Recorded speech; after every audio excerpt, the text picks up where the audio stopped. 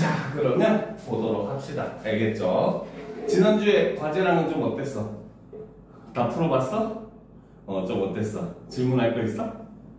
정말? 천재인데? 시문제여서 좀 찾아보면서 풀어가지고. 그걸 좀 외워줘야 되는데 그 찾아야 될 거를 이제 사실은 외워줘야 되는 부분이에요. 알겠죠? 그래서 자꾸 공부는 모든 거의 시작은 암기예요. 어쩔 수가 없어. 이건 수학도 우리가 수학 공식 암기를 해야 되고, 그렇지? 영어도 단어, 수거 암기해야 되듯이 국어도 기본적으로 이제 그 작품에서 필요한 내용들은 반드시 암기가 돼줘야 돼요. 알겠지? 그래서 이거 찾아봤다는 거는 거꾸로 얘기하면 이런 지식들은 문제를 풀 때 꼭 필요한 지식들이라는 거고, 그럼 이거는 반드시 암기가 들어가줘야 돼. 알겠지? 그리고 고등학교 과정은 물론 거기에서 좀 더 나아가가지고 이제 그걸 넓게 적용할 수 있는 시각도 필요한데, 사실 뭐 이상고의 내신 자체가 그 정도 수준까지를 원하진 않아요. 알겠죠? 그래서 근데 항상 선생님이 강조를 하지만 자꾸 학교의 그런 수준에 자기를 맞추면 안 돼. 알겠지? 정말로 자기는 본인은 더 이제 높은 곳을 봐야 되고 더 잘할 수 있도록 노력을 해야 되는 게 중요하기 때문에 자꾸 거기에서 안주하고 만족하면 안 돼요. 우리 윤동주 씨를 배웠잖아. 그치? 윤동주는 어때? 항상 현실에 대해서 반성하고 나아가기를 원하잖아. 그치? 그런 태도를 가지는 게 굉장히 중요합니다. 알겠죠?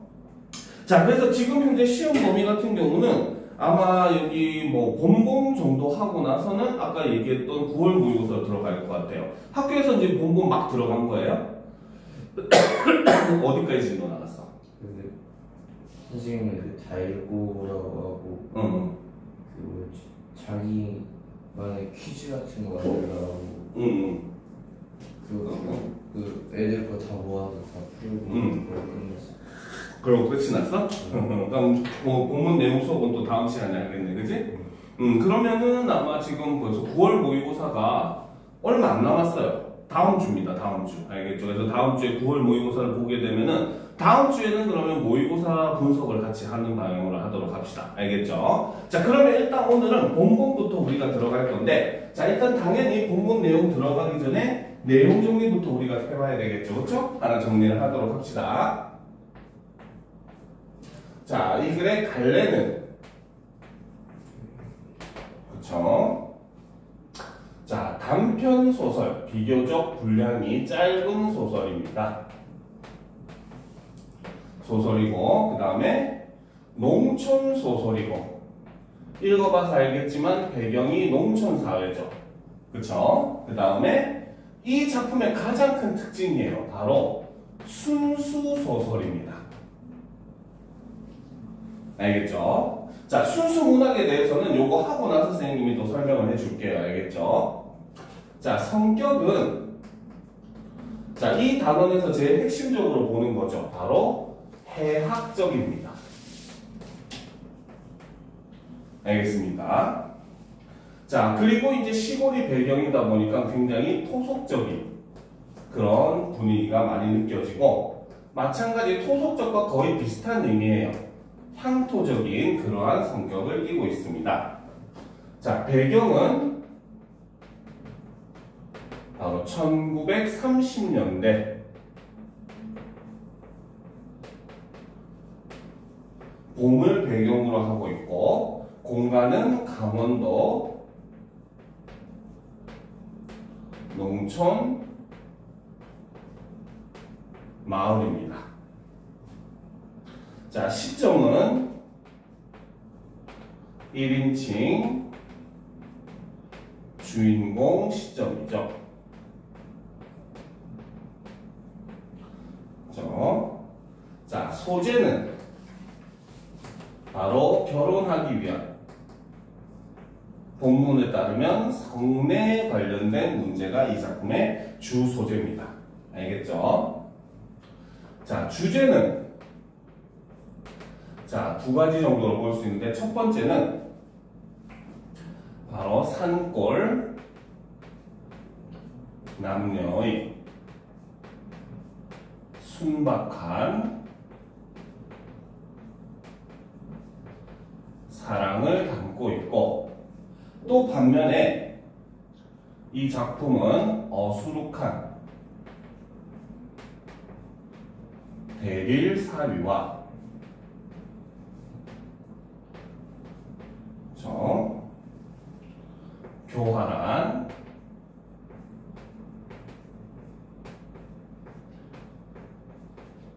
장인 사이에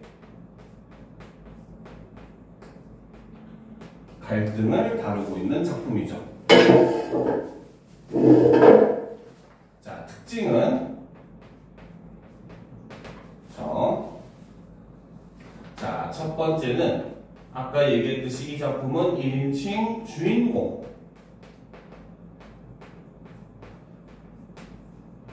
시점입니다. 알겠습니까? 자, 그러니까 당연히 독자들은 어때? 서술자의 심리를 자세히 알 수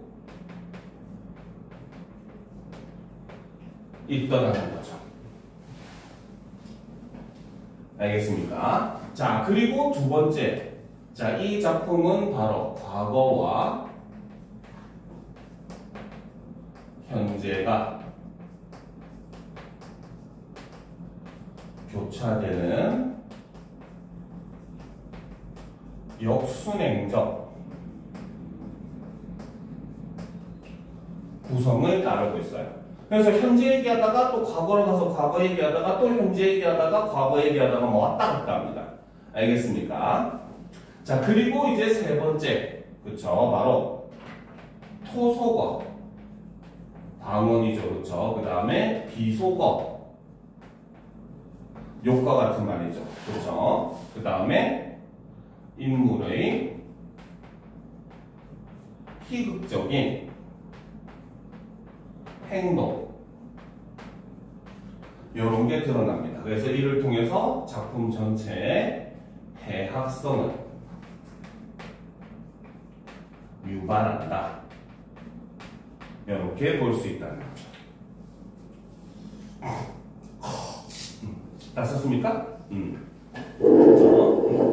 자, 그래서 이제 우리가 이렇게 일단 작품에 대해서는 공부를 해봤어요. 그치? 그래서 이 작품은 일단 기본적으로 우리가 알아둬야 될 게 바로 1930년대에 쓰여진 순수문학입니다. 알겠습니까? 자, 그러면 여기 한 가지 질문해 봅시다. 1930년대는 우리나라가 어떤 시대였어요?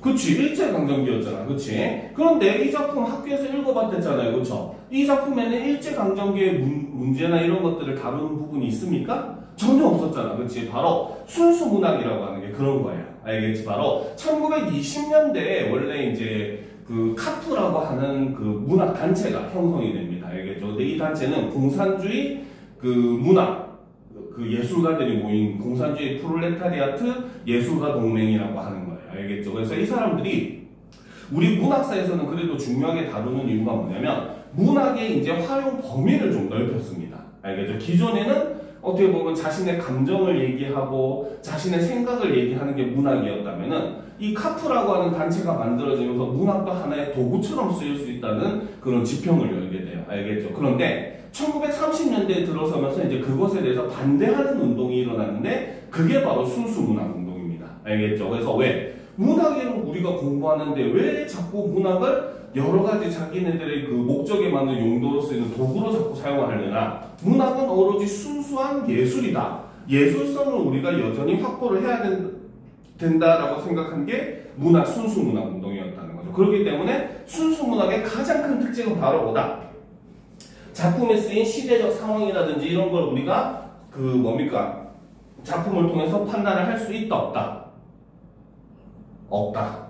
입니다. 알겠습니까? 그래서 순수문학 작품은 시도 마찬가지입니다. 대표적인 시인이 김영란 시인 같은 분이 있거든요. 이 사람의 시에서는 시대적인 상황이 내는 거 전혀 알 수가 없어요. 가장 대표적인 게 이제 김영란 시인의 가장 대표적인 시인 게 모란이 피기까지는 이라는 작품이 있는데 여기서도 보면은 이 사람 화자에게는 1년은 모란이 핀 시기와 모란이 진 시기 이렇게 두 개로만 나뉘는 거예요. 알겠죠? 그래서 화자는 계속해서 모란이 피기를 기다리는 봄이라고 하는 계절이 가지고 있는 모순적인 모습을 이제 그리고 있는 그런 그 작품이고 그렇기 때문에 순수문학은 오로지 언어 자체의 그런 아름다움 이런 것만을 추구하는 게 순수문학의 핵심이다라고 볼 수 있는 겁니다. 알겠습니까?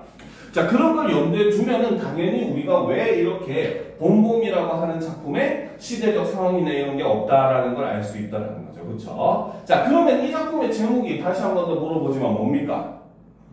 그렇지. 봄은 왜 몇 번 얘기했어? 2번 얘기했지. 그렇지? 이것도 이제 우리가 의미를 알아둬야 돼요. 제목 밑줄 칩시다. 그쵸? 자, 이 작품의 제목에 의미를 살펴보면은 2가지 정도로 우리가 살펴볼 수가 있어요. 알겠죠? 자, 첫 번째는 자, 아까 우리가 필기해서 했는 부분도 있지만 이 작품의 지금 시간적 배경이 1930년대 시골 강원도인데 계절은 봄이라고 했잖아. 그치? 즉 바로 뭐다? 첫 번째 봄은 계절적 배경의 봄과 플러스 그쵸? 그 다음 사랑이 싹트는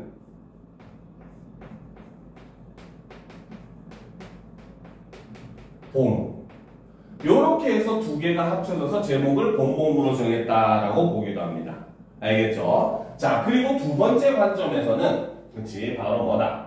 나의 사랑이 싹트는 봄과 다음 플러스 점순이 여자 주인공 이름이 점순이잖아. 그치? 그래서 점순이 사랑이 싹트는 봄이다.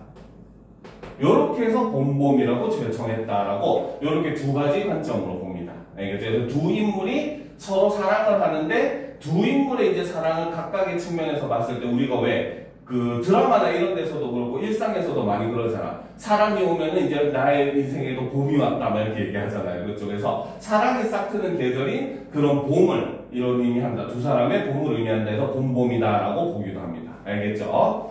자, 그러면 이제 이런 걸 염두에 두고 그렇지? 처음부터 우리가 같이 작품을 살펴보도록 합시다. 준비됐습니까? 준비됐죠? 자, 봅시다. 장인님 인재 저 점점점 소설이 시작하자마자 대뜸 인물이 하는 말로 시작을 하죠. 그치? 자, 우리가 일반적으로 소설은 발단 부분에 하는 역할이 인물과 배경을 소개하는 역할을 하거든요. 근데 얘는 갑자기 단도직입적으로 인물이 얘기하는 것부터 시작해. 그치? 자, 그래서 자, 여기서는 바로 뭐다? 인물의 대사로 작품을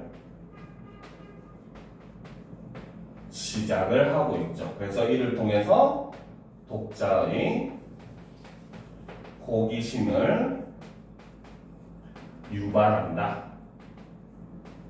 이렇게 볼 수 있죠. 뭔 일이 있길래 이렇게 말로 시작하나 하고 독자들이 궁금해하도록 만드는 겁니다. 알겠죠? 자, 내가 이렇게 뒤통수를 긁고 자 여기서 내모치도록 합시다. 이 나가 바로 작품 속에 뭐다? 서술자. 소설은 서술자라고 해요. 시는 화자라고 하고 알겠지? 자, 서술자인 겁니다. 알겠죠? 근데 나라는 말이 등장하니까 당연히 몇 인칭? 그치. 그렇기 때문에 이 작품은 1인칭 주인공 시점이죠. 됐습니까? 자, 그래서 내가 이렇게 뒤통수를 긁고 밑줄 칩시다. 뒤통수를 긁고 자, 우리가 전에도 쌤님이 얘기했어요. 알겠죠? 자, 우리가 언어 외적인 표현에는 준언어적 표현 그치? 언어가 수반돼서 빠르기라든지 세기, 억양 이런 걸 나타내는 준언어적 표현과 그 다음에 몸짓으로 나타내는 인물의 표정, 행동 이런 걸 통해서 나타내는 비언어적 표현이 있다고 했었죠. 그렇죠? 그럼 여기서는 지금 뒤통수를 긁는 것은 준언어적입니까? 비언어적입니까? 그렇죠. 똑똑하네. 그치? 바로 여기서는 비언어적 표현이 사용되고 있습니다. 그렇죠? 자, 그리고 비언어적 표현을 사용하고 있는데 뒤통수를 긁는다는 건 무슨 뜻이겠어? 긁적긁적 한다는 건 당황이라기보다는 약간 쑥스러운 거죠. 왜? 결혼 얘기를 지금 꺼내려고 하니까 뭔가 멋쩍고 쑥스러운 거야. 알겠습니까? 자, 그래서 이런 거는 거꾸로 얘기하면 바로 뭐다? 인물의 행동을 통해서 인물의 심리를 어떻게 간접적으로 제시한다라고 볼 수 있어요. 알겠습니까? 자, 그래서 내가 이렇게 뒤통수를 긁고 나이가 찼으니 성내 동그라미 칩시다. 성내 동그라미 치고 별표 칩시다. 바로 결혼하는 거잖아요. 그쵸? 즉 바로 뭐다? 이것이 나와 장인의 갈등의 뭐다? 근본 원인이 되는 거죠. 모든 갈등은 바로 이 문제 때문에 생긴 거라는 겁니다. 알겠습니까? 자, 계속 봅시다. 그래서 내가 이렇게 뒤통수를 긁고 나이가 찼으니 성례를 시켜줘야 하지 않겠느냐고 하면 그 대답이 늘 이 자식아 성례고 뭐고 미쳐 자라야지 하고 만다. 이 자라야 한다는 것은 내가 아니라 장차 내 아내가 될 점순이의 키 말이다 라는 거죠. 자, 밑줄 치자. 내 아내가 될 점순이의 키. 밑줄 쳤습니까? 그렇죠. 자, 그래서 일단 장인은 바로 뭐다? 점순이가 키가 제대로 안 자랐기 때문에 결혼을 시켜줄 수 있다 없다? 없다는 거야. 그런데 한번 다 읽어보면 알겠지만 진짜 요것 때문에 결혼 안 시켜줄까? 아니겠죠. 그렇죠. 즉 이거는 바로 뭐다? 장인이 성례를 시켜주지 않는 사실은 표면적인 이유라는 거죠. 겉으로 드러나는 이유일 뿐이라는 겁니다. 알겠습니까? 자, 그래서 키만이다. 내가 여기에 와서 돈 한 푼 안 받고 일하기를 3년하고 꼬박이 7달 동안을 했다. 그런데도 미처 못 자랐다니까 이 키는 언제나 자라는 겐지 짜증 영문 모른다. 그렇죠? 이런 거 짜증 같은 거는 단어도 잘 알아둬야 돼요. 알겠죠? 단어 뜻 묻는 문제도 이 단원에서는 은근 많이 나옵니다. 알겠습니까? 일종의 현대말 나오면 약간 정말 뭐 이런 뜻입니다. 알겠죠? 자, 일을 좀 더 잘해야 한다든지 혹은 밥을 많이 먹는다고 노상 걱정이니까 좀 덜 먹어야 한다든지 하면 나도 얼마든지 할 말이 있다. 하지만 점순이가 안죽 어리니까 더 자라야 한다는 여기에는 어째 볼 수 없이 고만 벙벙하고 만다라는 거죠. 그렇죠? 자, 꺽쇠로 표시합시다. 내가 여기에 와서부터 고만 벙벙하고 만다까지 꺽쇠로 표시합시다. 집중 안 하네. 큰일인데. 고만 내가 여기에 와서 돈 한 푼 안 받고 여기서부터. 그렇죠. 방금 읽었던 벙벙하고 만다까지. 그렇죠. 자, 여기서 우리는 나의 성격을 알 수 있죠. 바로 어떤 성격이다. 굉장히 우직하고 어수룩한 그러한 성격이다라는 겁니다. 약간 솔직히 좋은 말로 하니까 어수룩한 거고 좀 나쁜 속된 말로 하면 바보 같은 거죠. 그죠? 자, 이래서 나는 애초에 계약이 잘못된 걸 알았다. 3년 7개월이나 일하고 인제서야 안 겁니다. 알겠습니까? 자, 이태면 이태, 3년이면 3년 기한을 딱 작정하고 일을 해야 원할 것이다. 덮어놓고 딸이 잘하는 대로 성례를 시켜주만 했으니 그치? 즉 바로 나를 공짜로 불어먹으려고 장인이 일부러 이렇게 한 거죠. 그렇죠? 그래서 성례를 시켜주만 했으니 누가 늘 지키고 섰는 것도 아니고 그 키가 언제 자라는지 알 수 있는가? 그리고 난 사람의 키가 무럭무럭 자라는 줄만 알았지 북배기 키에 모로만 벌어지는 몸도 있는 것을 누가 알았으랴? 때가 되면 장인님이 어련하랴 싶어서 군소리 없이 꾸벅꾸벅 일만 해왔다. 그런 말이다. 장인님이 제가 다 알아차려서 어참 너 일 많이 했다 고만 장가들어라 하고 살림도 내주고 해야 나도 좋을 것이 아니냐. 시치미를 딱 대고 도리어 그런 소리가 나올까 봐서 지레 펄펄 뛰고 이 야단이다. 명색이 좋아 대릴사회지자. 대릴사회 세모 칩시다. 그쵸? 자, 일단 이거는 바로 나의 처지를 드러내주는 말이죠. 그쵸? 대리사회가 혹시 뭔지 압니까? 몰라요? 대리사회는 뭐냐면은 옛날에 있는 이제 그 결혼을 하게 되면 여자가 남자 집에 들어가서 살게 되잖아. 그렇지? 그 말을 거꾸로 얘기하면은 여자 집에서는 그 여자의 노동력을 어떻게 하게 되는 겁니까?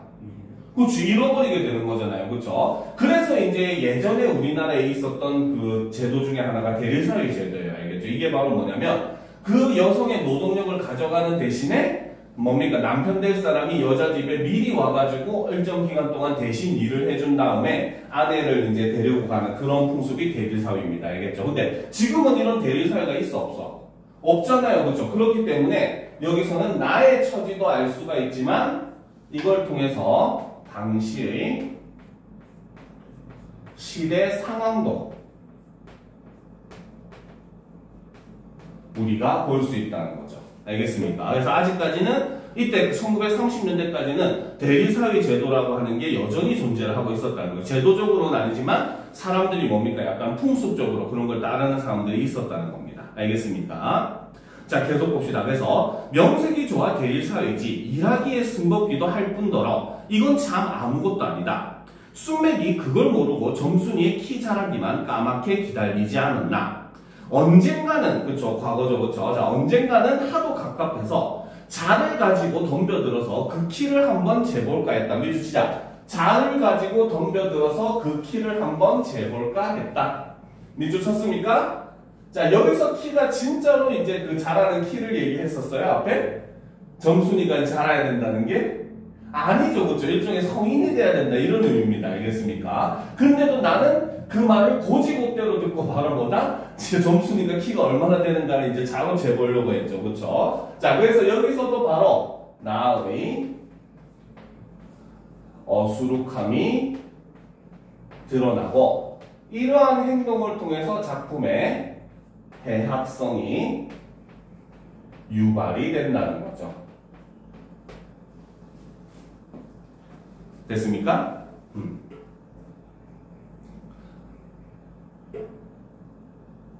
자, 계속 봅시다. 그래서 키를 한번 재볼까 했다마는 우리는 장인님이 내외를 해야 한다고 해서 이런 것도 시대적 상황이긴 해요. 알겠죠? 그래서 내외를 해야 한다고 해서 마주서 이야기도 한마디 하는 법 없다.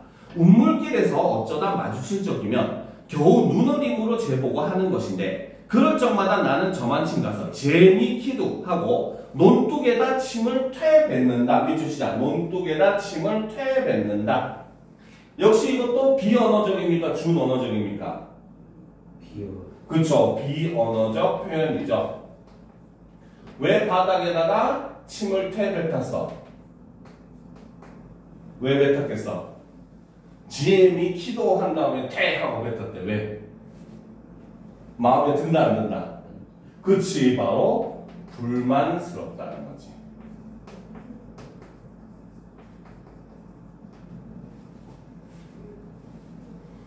알겠습니까?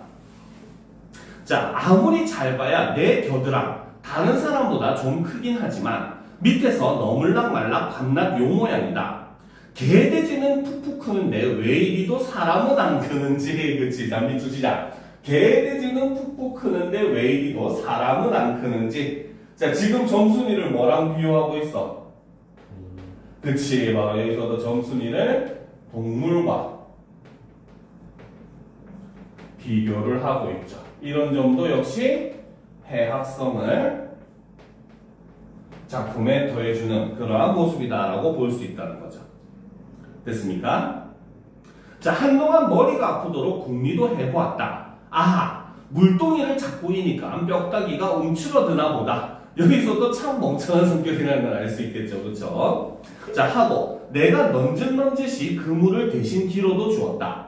그뿐만 아니라 나무를 하러 가면 소낭당에 돌을 올려놓고 점순이의 키 좀 크게 해 줍소사. 그러면 다음엔 떡 갖다 놓고 고사 드립 쪼니까 밑줄 시작. 점순이의 키 좀 크게 해 줍소사. 그렇게 해주면 어떻게? 다음에는 떡과 음식을 갖다 놓고 제사를 지내주겠다 하는 거죠. 그쵸? 자, 우리가 보통 누군가를 신한테 빌 때는 어떻게 해? 그치? 제사를 먼저 지내고 내 소원을 이루어달라고 얘기를 하는 거잖아. 그치? 근데 얘는 어때? 지 소원 이루어주면은 제사 지내주겠다는 거잖아. 그치? 자, 그래서 여기서도 바로 뭐다? 치성의 순서가 바뀌는 그런 모습을 볼 수 있고, 이런 걸 통해서도 역시 우리는 작품의 해학성을 볼 수가 있다는 거죠. 알겠습니까? 자, 그래서 하고 시성도 한두 번 드린 것이 아니다. 어떻게 되먹은 킨지 이래도 막무가내니. 자, 그래 내 어저께, 자 어저께 밑줄 칩시다. 자, 어저께라고 하는 거는 시간이 과거야 현재야 미래야? 그쵸. 그래서 여기서 바로 시간의 역전, 즉 과거 회상이 일어납니다. 그래서 시간이 현재에서 과거로 가는 거죠. 이 소설 같은 경우는 아까도 처음에 얘기했지만 현재와 과거가 자꾸 왔다 갔다 해요. 알겠습니까? 그래서 작품을 시간 순서대로 배열하는 것도 사실 굉장히 중요한 요소 중에 하나입니다. 이상고 같은 경우는 아마 거의 한 80% 이상 확률로 나올 거라고 이제 예상이 되는 그런 부분이에요. 알겠죠? 그래서 이런 거는 꼭 알아둬야 돼요. 나중에 한번 다 하고 정리를 해줄 거니까 우리가 보도록 합시다. 자, 그래서 그래 내 어저께, 그치? 자, 싸운 것이지 결코 장인님이 밉다든가 해서가 아니다. 뭐를 붙다가 가만히 생각을 해보니까 또 싱겁다. 이 벼가 자라서 점순이가 먹고 좀 큰다면 모르지만 그렇지도 못할 걸 내 심어서 뭘 하는 거냐. 해마다 앞으로 축 붉어지는 장인님의 아랫배가 너무 먹은 걸 모르고 내 병이라나 그 배, 그치? 자기는 뭐다 자기가 배가 볼록 튀어나온 게 살쪘다가 아니라 자기가 병이 있어서 그렇다 하고 맨날 핑계를 대더라는 거죠. 그쵸? 그래서 내 병이라나 그 배를 불리기 위하여 심으곤 조금도 쉽지 않다. 자, 아이고 배야 라는 거지. 그치? 진짜로 배가 아파? 아니죠. 지금 꾀병을 부리는 거죠. 그쵸? 자, 난 뭐를 붙다 말고 배를 씨다듬으면서 그대로 논둑으로 기어올랐다. 그리고 겨드랑이 꼈던 벼 담긴 키를 그냥 땅바닥에 덜썩 떨어치며 나도 덜썩 주저앉았다. 일이 앞만 바꿔도 나 배 아프면 고만이니까. 아픈 사람이 누가 일을 하느냐. 파릇파릇 돋아오른 풀 한 숲을 뜯어 들고 다리에 거머리를 쓱쓱 문태며 장인님의 얼굴을 쳐다보았다. 논 가운데서 장인님도 이상한 눈을 해가지고 한참을 날 노려보더니 너 이 자식 왜 또 이래? 자, 왜 또 이래 할 때 또 밑줄 칩시다. 또라고 하는 말을 이런 적이 이번이 처음이다? 아니라는 거죠. 그죠? 또라는 걸 통해서 바로 상황의 반복임을 알 수가 있다는 겁니다. 이런 상황이 지금 계속 일어나고 있다는 거죠. 그쵸? 됐습니까? 자, 계속 보도록 합시다. 자, 왜 또 이래? 배가 좀 아팠어요. 하고 푸르에 슬며시 쓰러지니까 장인님은 약이 올랐다라는 거지. 그치? 자, 저도 논에서 철벙철벙 뚝으로 올라오더니 차근참 내 멱살을 움켜잡고 뺨을 치는 것이 아닌가. 이 자식아, 이러다 말면 누굴 망해놓을 셈이냐. 이 대가리를 까놓을 자식이라는 거지. 그치? 자, 밑줄 시작. 이 대가리를 까놓을 자식. 자, 장인이 지금 사위한테 뭐라고 하고 있는 거야? 바로 욕을 하고 있지. 그치? 바로 비속어를 사용을 하고 있죠. 그래서 이를 통해서 사실 장인이라고 하는 사람도 제대로 점잖은 성격이 아니라는 거죠. 그래서 장인의 천박한 성격을 알 수가 있고, 그렇죠? 그리고 이걸 통해서 바로 뭐다? 작품의 해학성도 마찬가지로 올라가고 있다라고 볼 수 있는 겁니다. 알겠습니까? 자, 우리 장인님은 약이 오르면 이렇게 손버릇이 아주 못됐다. 또 사위에게 이 자식 저 자식 하는, 자, 이놈의 장인님 밑줄 치자. 이놈의 장인님 밑줄 쳤습니까? 자, 이놈은 상대방을 높이는 말이야, 낮추는 말이야? 그치? 근데 장인님은 높이는 말이죠. 그쵸? 자, 그래서 여기서는 바로 뭐다? 뭡니까? 낮춘 말과 높인 말을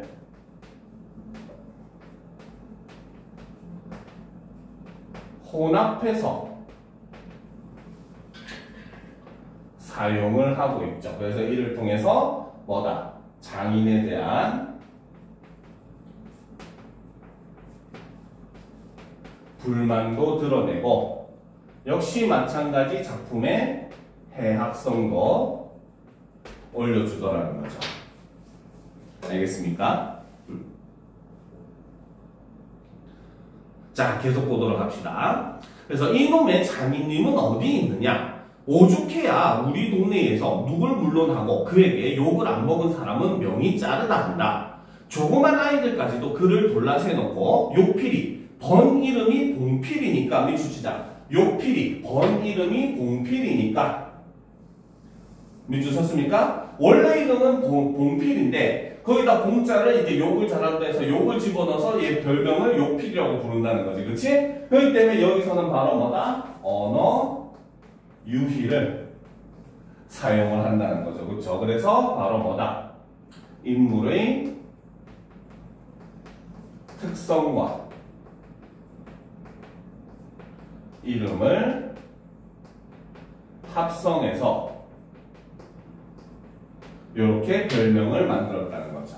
알겠습니까? 언어유희는 일종의 말장난이라고 생각하면 이해하기가 쉬워요. 알겠지? 자, 계속 보도록 합시다. 자, 그래서 욕필이 번 이름이 봉필이니까 욕필이하고 손가락질을 할 만치 두루 인심을 잃었다. 허나 인심을 정말 잃었다면 욕보다 읍의 배창복된 마름으로 더 잃었다. 자, 마름 세모 칩시다. 마름 세모 쳤습니까? 그렇죠. 이것도 역시 지금 현재는 존재하지 않거든요. 알겠죠? 그래서 이 마름이라고 하는 걸 통해서도 우리는 시대적 상황을 알 수가 있습니다. 알겠습니까? 오케이? 자, 그런데 선생님이 아까도 얘기했지만 이 작품은 순수 문학이에요. 알겠죠? 그래서 당시에 시대적 상황을 담지 못하고 있습니다. 알겠습니까? 실제로 우리 사회는 일제시대 때 그 마름들의 횡포가 굉장히 극심했어요. 알겠죠? 어느 정도였냐면은 마름들이 이제 마름이 바로 뭐냐면 원래 땅 주인은 따로 있어. 알겠지? 여기서도 보면은 원래는 이 땅의 진짜 주인은 읍내에 사는 배창봉이라고 하는 사람이 이 땅의 진짜 주인이야. 알겠지? 근데 이 땅 주인들은 대부분 도시 같은 데 살고 있으니까 땅을 제대로 관리를 할 수 있어 없어? 없겠죠. 그래서 그 지역에 사는 사람한테 땅을 맡겨가지고 그 땅을 다른 사람한테 더 소작을 해서 빌려주면은 내가 그 소작료를 받겠다. 이렇게 해서 일종의 대리인으로 맡기는 게 마름인 거예요. 왜 졸려? 눈이 자꾸 나서 왜? 눈썹이 자꾸 눈에 들어. 세수라도 하고 올래? 안 괜찮은 것 같은데 지금? 자꾸 이겨내려고 해야 돼요. 알겠습니까? 세수라도 하면서 자꾸 이겨내야 돼. 알겠지? 자, 그래서 이제 원래는 그런 마름이, 그런 인물이, 역할이 하는 게 마름이었어요. 알겠죠? 근데 이 시대에 마름의 그런 횡포가 어느 정도로 심했냐면은 사람이 소작을 하면은, 그치? 그래서 땅 주인한테 땅 빌린 값 주고, 그 다음에 마름한테도 이제 중간 소작료를 좀 주고, 이러고 남는 걸로 이제 가을까지 먹어야 되는데, 최고로 우리나라에서 많이 떼갈 때는 마름이 전체 소작농이 이제 수확한 양의 80%까지도 떼갔답니다. 그러니까 100가마니 해봤자 80가마지를 다 떼가버리고 20가마지 남게 되는 그런 문제가 생긴 거예요. 알겠죠? 그러니까 소작농들의 삶이 더욱더 힘들어지거든요. 알겠죠? 근데도 이 작품에서는 이 마름이라고 하는 직위가 그저 장인이라고 하는 인물을 좀 더 재미있게 표현하기 위한 해학적인 요소로만 사용이 되고 있고 당시에 그런 마름들의 횡포라든지 이런 걸 담고 있지 못해요. 알겠습니까? 자, 계속 보도록 합시다. 자, 그래서 읍내 배창복댁, 읍의 배창복댁 마름으로 더 잃었다. 번이 마름이란 욕 잘하고 사람 잘 치고 그리고 생김 생기기를 호박게 같아야 쓰는 거지만 즉 바로 뭐다 마름이라고 하는 거에 대해서 나는 좋게 생각한다 안 좋게 생각한다. 그치 밑줄 치도록 합시다. 번이 마름이란 욕 잘하고 사람 잘 치고 그리고 생김 생기길 호박게 같아야 쓰는 거지만 그쵸 이게 바로 뭐다 마름에 대한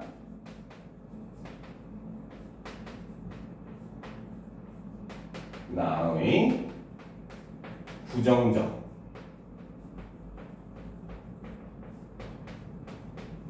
시각이 들어가는 거죠. 알겠습니까? 자, 그런데 뭐다? 장인님은 외양이 똑 됐다. 마름으로서 아주 충분한 자격을 갖추었다라는 거죠. 그렇죠? 자, 자기니 닭말이나 좀 보내지 않는다든가 애벌론 때 품을 좀 안 준다든가 하면 그해 가을에는 영락없이 땅이 똑똑 떨어진다. 즉 땅 빌려주다가 싹 뺏어버린다. 다시 안 빌려준다는 거죠. 자, 그러면 미리부터 돈도 먹이고 술도 먹이고 안달질신으로 돌아치던 놈이 그 땅을 슬쩍 돌아앉는다. 이 바람에 장인님 집 빈 외양간에는 눈깔 커다란 황소 한 놈이 절로 엉금엉금 기어들고 동네 사람은 그 욕을 다 먹어가면서도 그래도 굽실굽실 하는 게 아닌가라는 거지. 그치? 그래서 여기서 이제 바로 뭡니까? 장인이 이 마을 사람들에게 부리던 횡포의 모습을 이렇게 드러내주고 있는 거죠. 알겠습니까?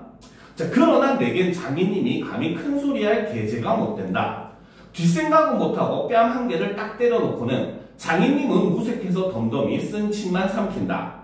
난 그 속을 퍽 잘 안다. 조금 있으면 갈도 꺾어야 하고 모도 내야 하고 한참 바쁜 때인데 나 일 안 하고 우리 집으로 그냥 가면 고만이니까.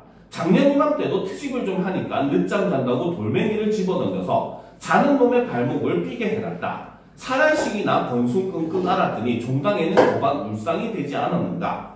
예, 그만 일어나 일 좀 해라. 그래야 올가래 벼 잘 되면 너 장가들지 않니 미추지야. 그래야 올가래 벼 잘 되면 너 장가들지 않니.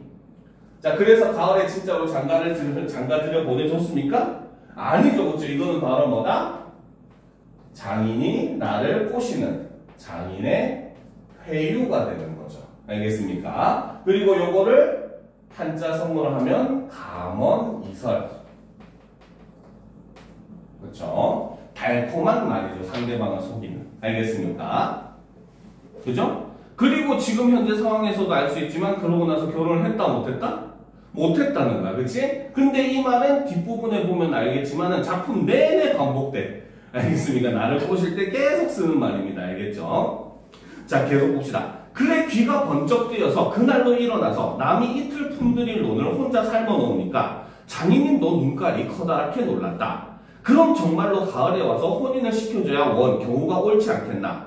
벼성을 척척 들여쌓아도 다른 소리는 없고 물동이를 이고 들어오는 점순이를 담배통으로 가리키며 이 자식아 미쳐 커야지 족을 데리고 무슨 혼인을 한담 그러니 원 그쵸 하고 남낯장만 붉게 해주고 고만이다 라는 거지. 그치? 자, 골김에 그저 이놈의 장인님하고 대돌에다 메꽂고 우리 고향으로 내뺄까 하다가 꾹꾹 참고 말았다. 정말이지 난 이 꼴하고는 집으로 차마 못 간다. 장가들 들러갔다가 오장 못 났어야 그대로 쫓겨왔느냐고 손가락질을 받을 테니까. 논뚝에서 벌떡 일어나 한풀 죽은 장인님 앞으로 다갔으며 난 갈퇴하여 그동안 사경 쳐내슈 뭐. 너 사위로 왔지 어디 머슴 살러 왔니. 자, 사위 밑줄 칩시다. 그쵸? 자, 사위는 지금 바로 뭐다? 사실 나의 표면적 지위죠. 지금 일단 이 집에서는 사위로 지금 와 있는 겁니다. 알겠죠? 그런데 머슴 밑줄 칩시다. 진짜 이 집에서 지금 내가 받는 대우는 뭐야? 사위야 머슴이야? 그치. 그러니까 이거는 나의 그렇죠? 실제적인 지위를 나타내 준다는 거죠. 알겠습니까? 죽을 그런 표정인데 큰일인데. 자, 그럼 계속 보도록 합시다. 자, 소리. 자, 계속 봅시다. 자, 그러면 얼찐 성내 해줘야 안 하지요. 밤낮 부려만 먹고 해준다. 글쎄, 내가 안 하는 거냐? 그년이 안 크니까. 하고 얼음얼음 담배만 나오면서 늘 하는 소리를 또 늘어놓는다. 이렇게 따져나가면 언제든지 늘 나만 미치고 만다. 이번엔 안 된다 하고 대뜸 구장님한테로 단판 가져고 소매자락을 끌었다. 아, 이 자식이 왜 이래 어른을. 안 간다고 뻗디디고 이렇게 호령은 제 맘대로 하지만 장인님 제가 내 기운은 못 당한다. 막 뿌려먹고 딸은 안 주고 게다 땅땅 치는 건 다 뭐냐. 그러나 내 사실 참 장인님이 미워서 그런 것은 아니다. 그 전날, 자, 그 전날 밑줄 칩시다. 자, 시간이 다시 한 번 더 지금 역전이 되고 있는 거예요. 알겠죠? 알겠습니까? 자, 그래서 여기서는 시간에 재역전이 일어나고 지금까지 얘기가 사실 전날의 과거의 일이었거든요. 알겠습니까? 그런데 이제는 그 전날로 가는 겁니다. 알겠죠? 그래서 대과거로 넘어가고 있다는 거죠. 알겠습니까? 자, 그 전날 왜 내가 쇠국에 맞은 봉우리 화전밭을 혼자 갈고 있지 않았느냐? 밭 가생이로 돌적마다 야릇한 꽃내가 물컥물컥 코를 찌르고 머리 위에서 벌들은 가끔 붕붕 소리를 친다. 바위 틈에서 샘물 소리밖에 안 들리는 산골짜기니까 맑은 하늘의 봄볕은 이불 속같이 따뜻하고 꼭 꿈꾸는 것 같다. 나는 몸이 나른나른하고 몸살을 아직 모르지만 병이 날려고 그러는지 가슴이 울렁울렁하고 이랬다. 자, 꺽쇠로 표시합시다. 밭 가생이로부터 가슴이 울렁울렁하고 이랬다까지 꺽쇠로 표시했습니까? 지금 사실 이러고 있는 이유는 뭐 때문이야? 계절이 언제이기 때문에? 그치, 바로 뭐다? 바로 봄 기운에 느끼는 일종의 춘정, 봄춘자에 마음정자를 쓰는 겁니다. 알겠습니까? 자, 그리고 이 봄이라고 하는 계절은 바로 뭐다? 사랑의 감정을 불러 일으키죠. 즉 쉽게 말하면 지금 나라고 하는 존재도 지금 뭡니까? 봄이 오니까 뭔가 기분이 싱숭생숭하고 봄을 타고 있는 겁니다. 무슨 말인지 알겠죠? 근데 자기 자신은 정작 그걸 사실 알고 있다, 모르고 있다. 모르고 있다는 거죠. 알겠죠? 요거를 우리가 시조로 표현하면은, 자, 요 부분 표시한 다음에 이 작품과 뭐 유사한 상황이나 정서를 갖고 있는 작품을 보기에서 고르시오 하고 많이 나오거든요. 알겠죠? 그러면 요 작품은 꼭 외워둬야 됩니다. 알겠습니까? 그래서 옆에다가 하나 적어 놓읍시다. 알겠죠? 자, 이화에 월백하고 은하니 삼경인제 일지 춘심을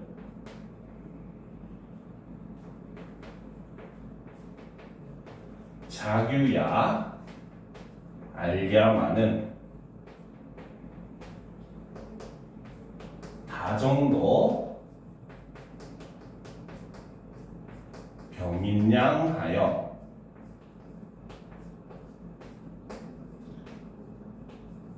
잠 못 들어 하노라. 바로 이조년이라고 하는 사람이 쓴 이화의 월백하고라고 하는 시조입니다. 알겠죠?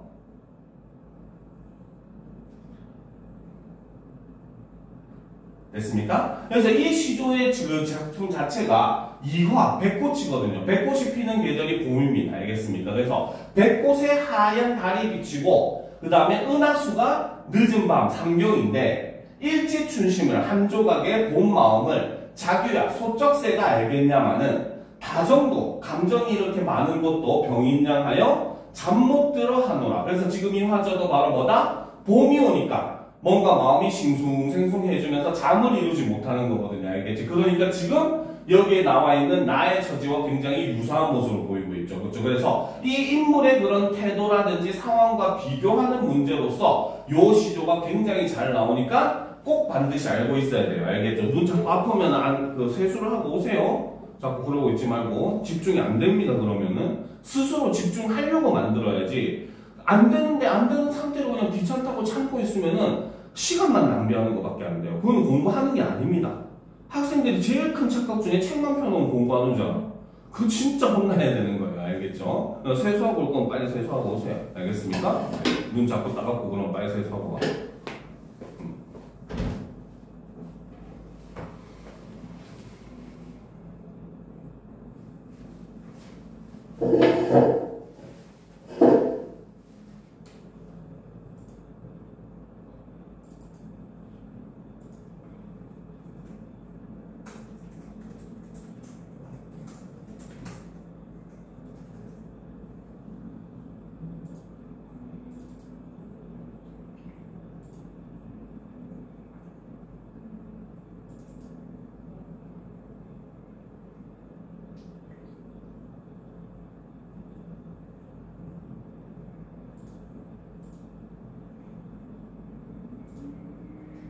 왜?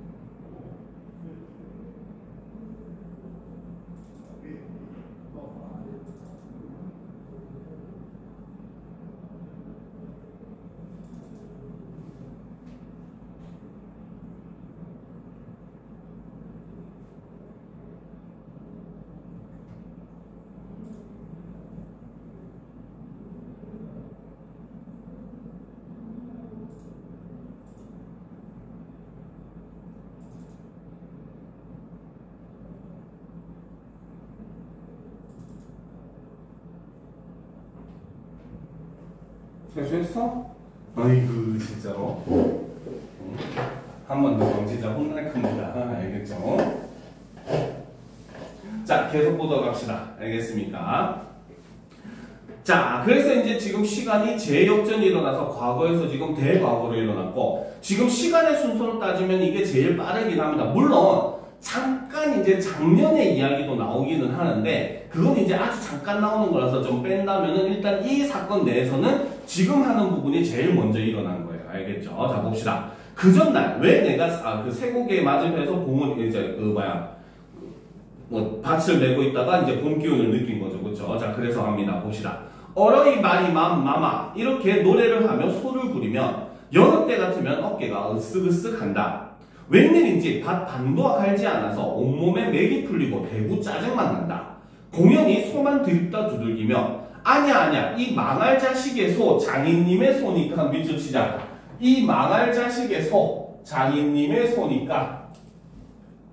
자 망할 자식의 소 장인님의 소래. 그러면 망할 자식이 누구라는 거야? 그치 장인이죠. 그렇죠. 그렇기 때문에 여기서도 작품의 해악성을 높여주고 있죠. 장인을 지금 욕하고 있는 거죠. 자, 이 망할 자식의 소, 장인님의 소니까 대리를 꺾어들라. 그러나 내 속은 정말 아냐 때문이 아니라 정심을 이고 온 점순이의 키를 보고 우라가 났던 것이다. 점순이는 뭐 그리 썩 이쁜 계집애는 못 된다. 그렇다고 또 개떡이냐 하면 그런 것도 아니고 꼭 내 아내가 돼야 할 만치 그저 툭툭하게 생긴 얼굴이다. 나보다 10년이 아래니까 올해 16인데 몸은 남보다 2살이나 덜 자랐다. 남은 잘도 헌칠이들 크건만 이건 우아래가 뭉툭한 것이 내 눈에는 헐없이 감참해 같다. 참외 중에는 감참해가 제일 맛 좋고 이쁘니까 말이다. 미줍시다. 참외 중에는 감참해가 제일 맛 좋고 이쁘니까 말이다. 자, 점순이를 앞에서 감참해 같다 하고 비유를 해놓고 자기는 감참해가 제일 좋대. 그 말은 사실 나는 점순이에 대해서 애정이 어떻다? 굉장히 좋다. 그치. 그래서 여기서 우리는 바로 뭐다? 점순이에 대한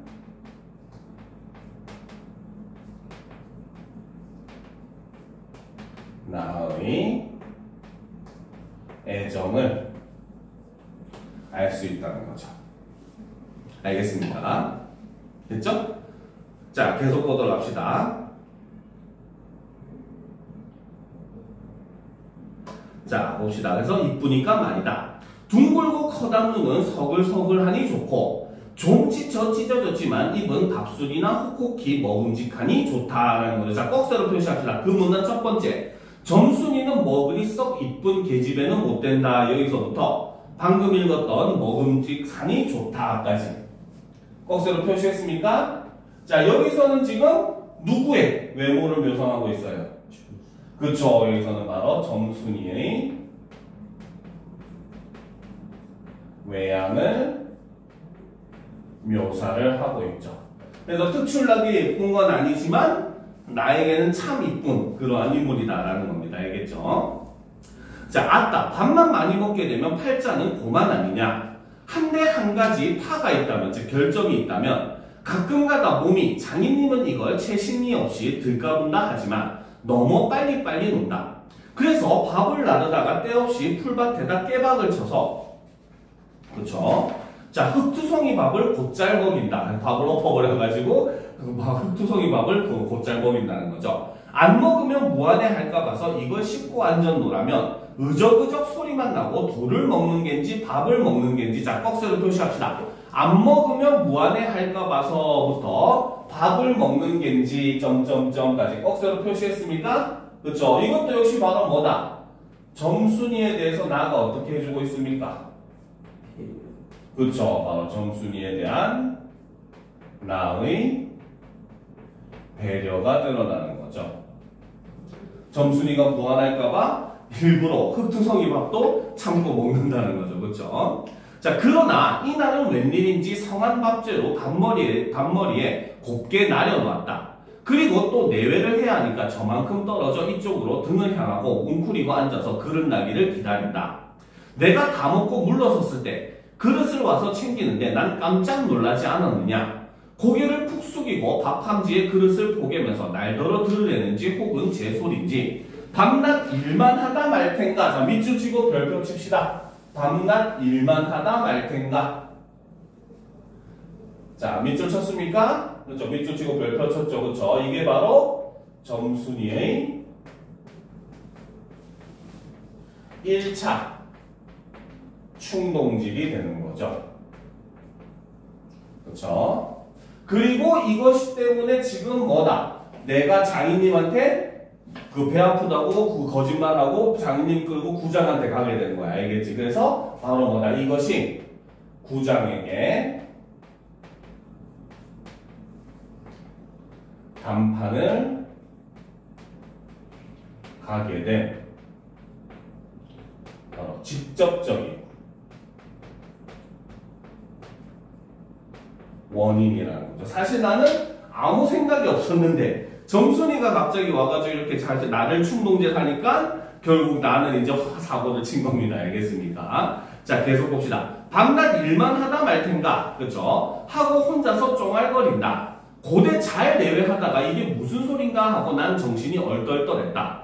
그러면서도 한편 무슨 좋은 수나 있는가 싶어서 나도 공중을 대고 혼잣말로 그럼 어떻게? 밑줄자. 그럼 어떻게?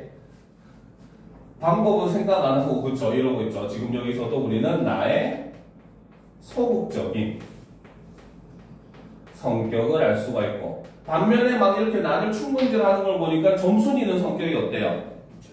좀 적극적이죠. 알겠습니까? 그래서 자 그럼 어떻게 하니까 성례시켜 달래지 뭘 어떻게 밑줄치다. 성례시켜 달래지 뭘 어떻게. 자 여기서 우리는 점순이의 적극적인 성격을 알 수가 있고 이렇게 나의 성격과 점순이의 성격이 서로 대조가 되는 거죠. 알겠습니까? 됐습니까? 자 하고 돼지에 쏘아붙이고 얼굴이 발개져서 산으로 그저 도망질을 친다. 나는 잠시 동안 어떻게 되는 심판인지 맥을 몰라서 그 뒷모양만 덤덤히 바라보았다. 봄이 되면 온갖 초록이 물이 오르고 싹이 튼다고 한다. 그렇죠? 밑줄 치자. 봄이 되면 온갖 초목이 물이 오르고 싹이 트고 한다. 밑줄 쳤습니까? 지금 봄이 되니까 온 세상이 점점 어떻게 되는 거야? 초록초록해지더라는 거죠. 그렇죠? 그래서 여기서는 바로 뭐다? 바로 생명력이 가득한 봄의 모습을 이렇게 묘사를 하는데 그 생명력이 싹이 트면서 뭐도 같이 싹이 튼다? 어? 바로 사랑의 감정도 싹이 트는 거죠. 그래서 사랑의 감정을 불러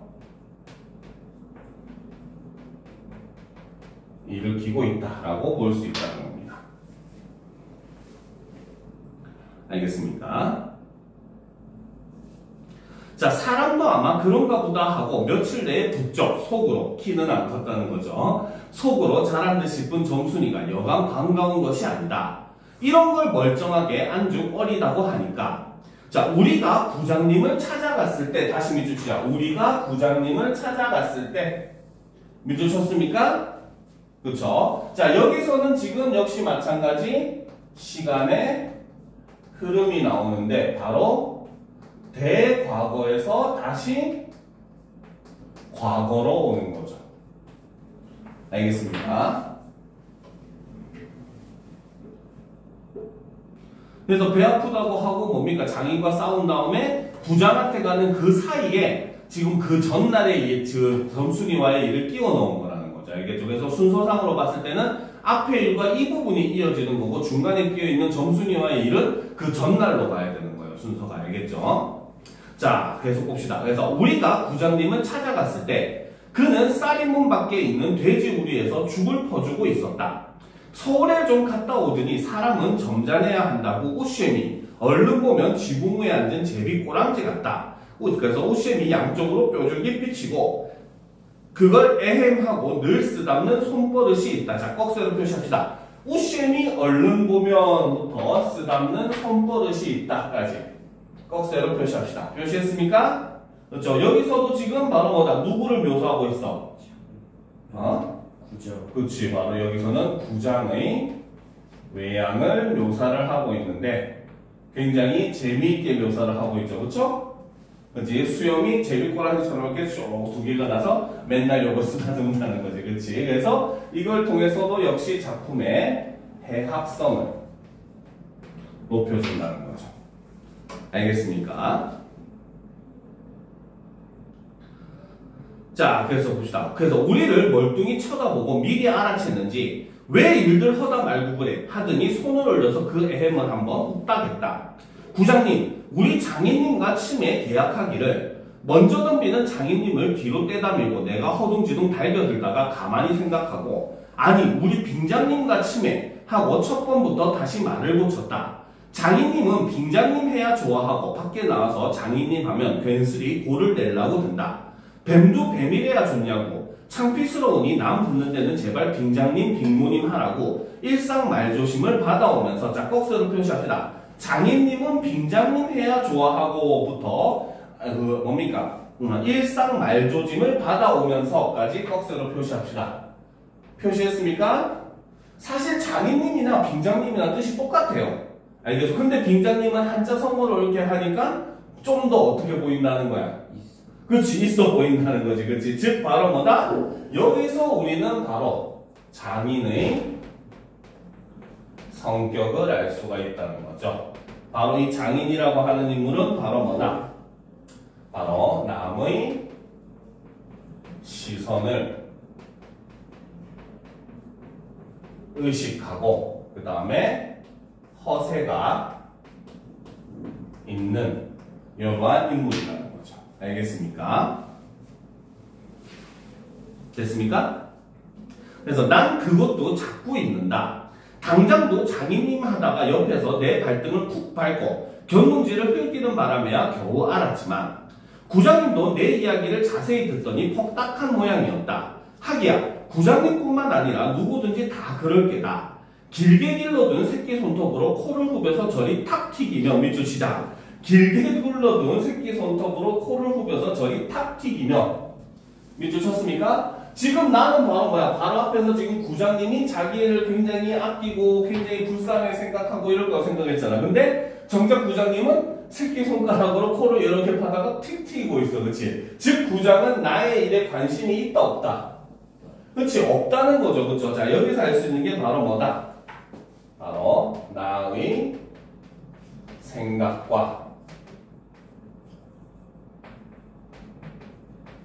달리 나의 일에 관심이 없는 구장의 모습을 나타내고 이것도 역시 바로 비언어적 표현이고 그리고 작품의 해학성도 더해주더라는 거죠. 그렇죠?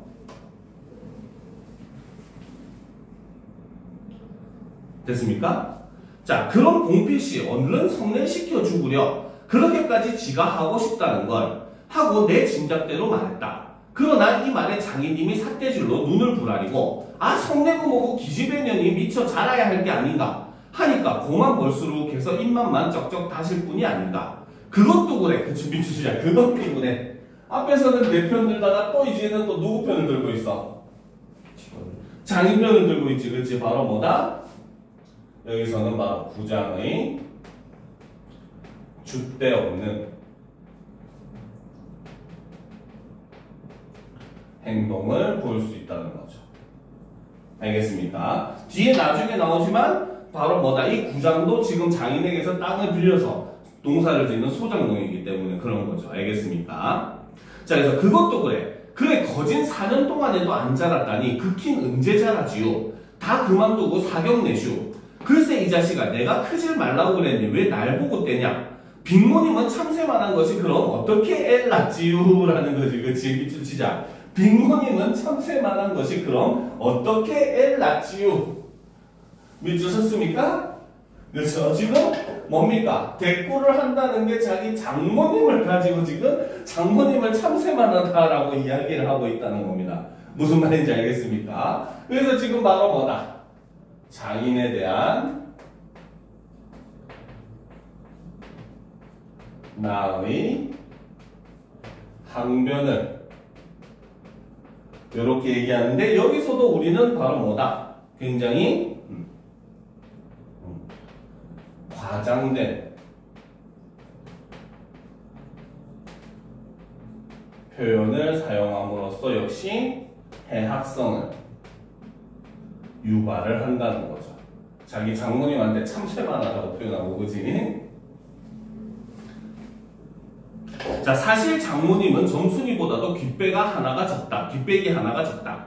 장인님은 이 말을 듣고 껄껄 웃더니 그러나 암만 해도 돌 씹은 사람이다. 코를 푸는 척하고 날 은근히 골리려고 팔꿈치로 옆 갈비뼈를 톡 치는 것이다. 더 치는 것이다. 더럽다. 나도 종아리에 파리를 쫓는 척하고 허리를 구부리며 어깨로 그 궁둥이를 콱 떠밀었다. 장인님은 앞으로 우질끈하고 쌀이 눈깨로 실어질 듯하다 몸을 바로 고치더니 눈총을 몹시 쏘았다. 쌍욕을 하고 싶으나 남의 앞이라서 차마 못하고 섰는 그이라서 차마 못하고 섰는 그 꼴이 보기에 퍽 쟁그러웠다라는 거지. 그치? 자, 꼭새로 표시합니다. 장인님은 이 말을 듣고 껄껄 웃더니부터 그 꼴이 보기에 퍽 쟁그러웠다까지. 그렇죠? 여기서는 나와 장인의 신경전이 드러나는데 이런 걸 통해서도 지금 작품의 해학적인 분위기를 높여주는 거죠. 정상적이지 않은 장인과 사위의 관계잖아. 그렇지?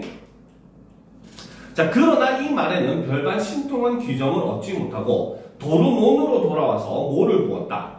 왜냐면 장인님이 뭐라고 귓속말로 수근수근하고 말로 수근수근하고 간 뒤다. 구장님이 날 위해서 조용히 데리고 아래와 같이 일러주었기 때문이다. 뭉태의 말은 구장님이 장인님에게 땅 두마지기를 얻어붙이니까 그래 꿰었다고지만 난 그렇게 생각 않는다. 미치자. 난 그렇게 생각 않는다.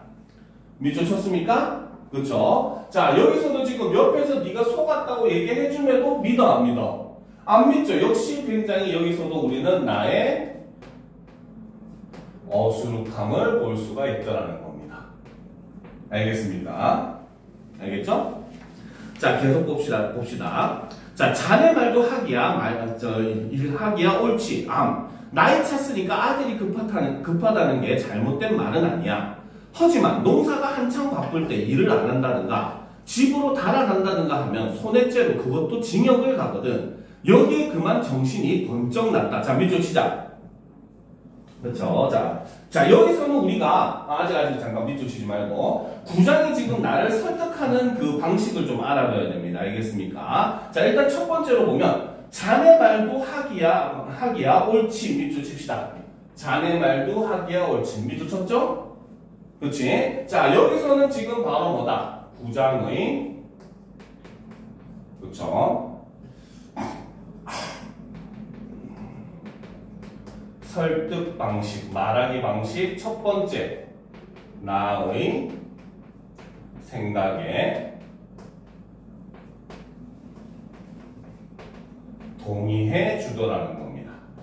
알겠습니까? 그래서 나의 생각이 옳다라고 그래도 틀린 말은 아니다라고 일종의 뭡니까? 동질감을 조금 느끼게 해준다는 거죠. 그렇죠? 근데 방금 읽었죠? 자, 밑줄 치자. 손해죄로 그것도 징역을 하거든. 밑줄 칩시다. 밑줄 쳤습니까? 그렇죠? 바로 부장의 설득 방식 두 번째는 지금 나를 어떻게 하고 있는 거야? 그치, 바로 나를 협박을 하는 거죠. 알겠습니까? 됐죠? 자, 계속 보도록 합시다. 자, 여기에 그만 정신이 번쩍 났다. 왜 요전에 산포말서 산에 불 좀 놓았다고 징역 광고 못 받나? 제 산에 불을 놓아도 징역을 가는 이때인데 남의 농사를 버려주니 죄가 얼마나 더 중한가?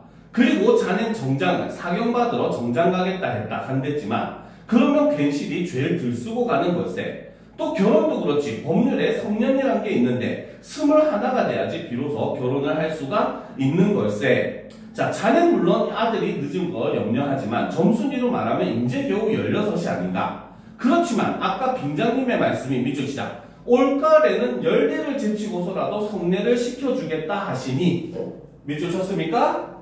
자, 여기서는 지금 나를 어떻게 하고 있는 거야?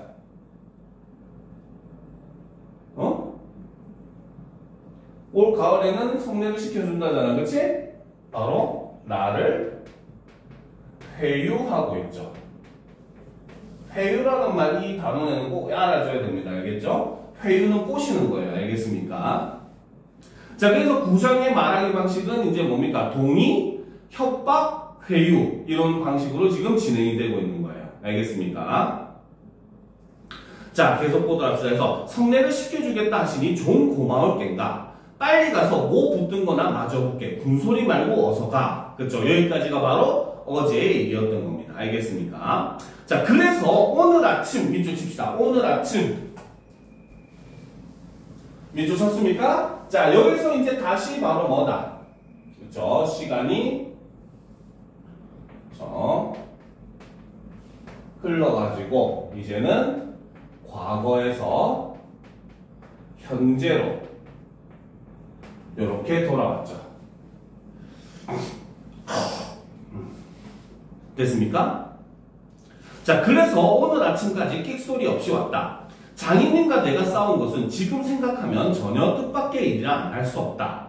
장인님으로 말하면 요즘 막 자기들에게 행세를 좀 하고 싶다고 해서 돈 있으면 양반이지 별게 있느냐 하고 일부러 아랫배를 툭 내밀고 걸음도 뒤틀리게 걷고 하는 이 판이다. 밑줄 시작. 일부러 아랫배를 툭 내밀고 걸음도 뒤틀리게 하고 걷는 이 판이다. 밑줄 쳤습니까? 여기서도 지금 자기가 양반처럼 보이고 싶은 거야. 알겠죠? 그래서 여기서도 바로 장인의 허세를 알 수가 있고 이를 통해서도 역시 해악성이 잘 유발이 되고 있다는 거죠. 알겠죠? 됐죠? 자, 이까진 나좀 두들기다. 남의 땅을 가지고 뭐처럼 닦아놓았든 나 가문을 망친다든지 할 어른이 아니다. 또 나로 논지면 아무쪼록 잘 돼서 점순이에게 얼른 장가를 들어야 하지 않느냐. 이렇게 말하자면 결국 어젯밤, 자, 어젯밤 또 밑줄 칩시다. 다시 시간이 어디로 가는 거야? 그치, 과거로 가는 거죠. 여기서도 시간의 역전. 그래서 현재에서 과거로 가고 지금까지 있었던 일을 시간 순서로 우리가 정리를 한번 해보면 제일 첫 번째가 바로 뭐다? 점순이가 나를 충동질했었던 그 장면. 그죠? 밥 가지고 와가지고 뭡니까? 그 밤낮 일만 하고 말 텐가 하고 얘기하는 그 장면이 제일 먼저입니다. 알겠죠? 그리고 이제 그 다음날 어떻게? 내가 이제 그 농사를 짓고 있다가 모를 심고 있다가 배 아프다고 꾀병을 부려가고 장인과 싸우게 되죠. 그렇죠? 그리고 나서 부장에게 단판을 간 겁니다. 알겠죠? 그리고 그날 저녁에 지금부터 있는 일들, 뭉태왕 지금 이야기하는 장면이 있고 지금 다시 이제 현재로 돌아오게 되는 거예요. 알겠죠? 그래서 지금까지의 순서를 정리하면 이런 순서가 되는 겁니다. 무슨 말인지 알겠습니까? 자, 그래서 봅시다. 이렇게 말하자면 결국 어젯밤 뭉태네 집에 맛을 간 것이 썩 나빴다. 자, 뭉태 동그라미 치고 별표 칩시다. 자, 이 뭉태라고 하는 인물은 이 작품에서 좀 중요한 역할을 하는 인물이에요. 알겠죠? 자, 이 뭉태라고 하는 인물. 자, 소설을 읽어봐서 알겠지만 이 뭉태는 무슨 역할을 해주고 있습니까? 솔직히 바로 나에게 내가 처한 현실을 오히려 이제 알려주는 인물입니다. 알겠습니까? 즉, 바로 뭐다? 어수룩한 나에게 제3자의 입장에서 객관적인 상황을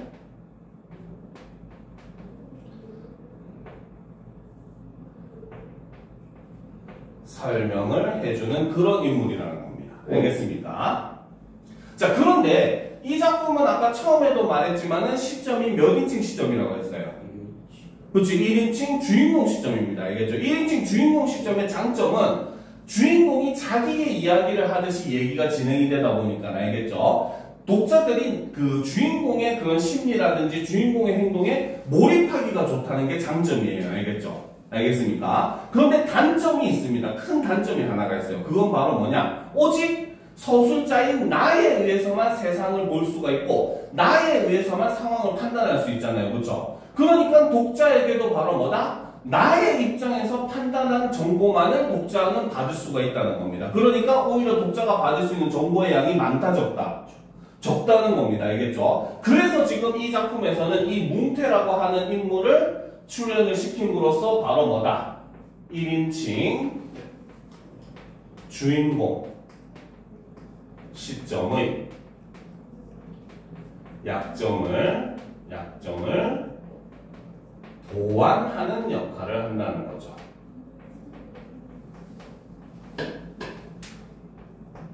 알겠습니까? 그래서 바로 뭐다? 어수룩해서, 그렇죠? 자신의 상황을 제대로 판단하지 못하는